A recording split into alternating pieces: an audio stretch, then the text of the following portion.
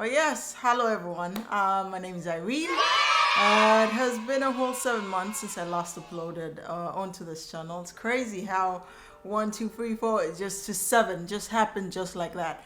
And it's a case where I plan to upload the next week, but in a pandemic, I struggle to get the energy, get the motivation, look after myself as well in the meantime, and trying not to put so much pressure on myself to upload a video. But yes, I'm glad to be back, and hopefully I'll have more videos back to back to back. Yes, how are you guys doing? I saw the messages.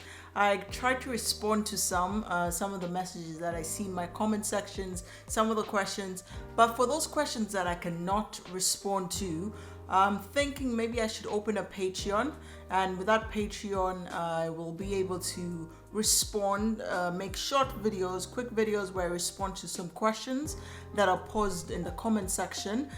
Some people want some guidance, some people want some tips. Like, it's more one-on-one answering questions, but more people could benefit from it. So I will be opening up my Patreon. Please support it, subscribe to it. I'll leave a link to it in the description down below. Yes, I'm so glad to be back. It has taken me it's taken me a while to actually get into the hang of things. Every time I think to myself, okay, today I'm going to record a video. Then as the day progresses, I get busy with work. All right, so let's just get right into today's video.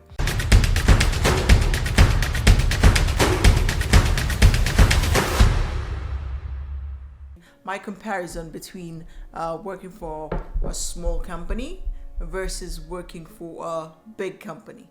Let me bend this PC just a bit so that you have more visuals of what's going on around here. This was me for the past few years since I left college, I left university and got into the workforce. So I was working for a small company. The first company I worked for were 25 at most. And of course, some people leave, some new people join, but it's usually around that number. So you pretty much know everyone in the company by name. You have a direct relationship with even the CEO, the boss, the main boss. Now, since last year, I transitioned into working for a bigger company. So a company where it's literally impossible to know everyone's name. Even as a whole huge team, organization, it's hard to know everyone. It's just too many.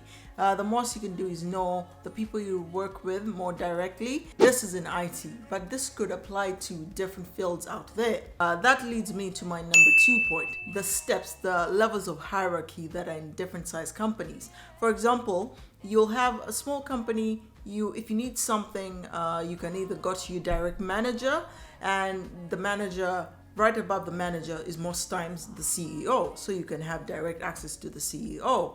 So that is a huge difference. Now here with a big company, your manager has a manager whose manager has a manager. So there's quite a bit of red tape to getting things done. What are the pros and cons of that? In terms of relaying information, the information gets to you a lot quicker, whereas here the information gets to you it takes a little while to get through to you, and there's obviously more steps to undertake to clear stuff, and even yourself, as you're getting information up the chain, it's more steps to get there, whereas here you have more direct interaction.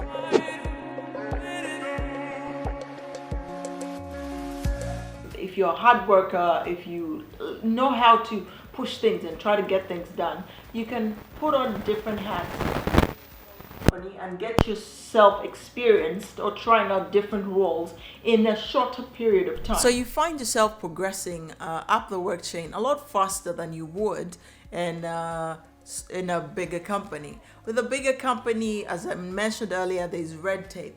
So it may take you, if you're starting out as an engineer, it may take you even 3 years. Whereas if you want to progress to maybe to management level, it may take you more years than it would if you showed that interest that you want to double in engineering, you want to double in management a little bit. So you find yourself exposed to a lot more, a lot quicker, and progressing up the chain a lot quicker.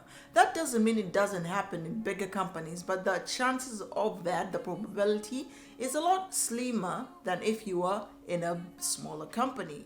In my opinion, I'd say start in a smaller company if you can. For example, your first job for maybe the first 2 to 3 years out of college, out of university, I'd say go for a smaller company, because there you're coming from university, you have all this energy, you want to try things here and there, and you're excited. So hence, by the time you're ready to transition into, or you'd like to transition into, and change your role, change your job, then you can go into a bigger company, because then your CV will be a lot stronger. You've had experience in that. So the chances of you excelling in a bigger company and then progressing faster could be increased if you did that transition that way. Anyway, guys, that was just a quick video back. Hopefully you found this useful. Please, if you have any questions or any clarifications you need me to make, please leave that in the comment section down below. Don't forget to like this video, subscribe, tell everyone. Guess who's back? She is back. Oh, guess who's back? Guess who's back? Guess who's back? Guess who's Okay. Alright guys, thank you so much for watching. Please come back next week for another video.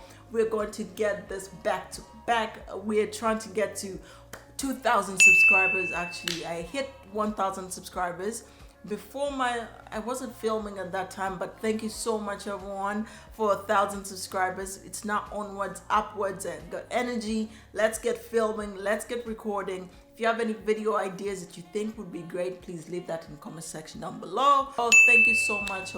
Again, thank you so much for coming back, because 7 months is a long time. That's over half a year. Hopefully you're all doing great, or you're doing as best as you can. Yes, it's take care of yourself, stay safe, and see you in the next video. Oh, peace.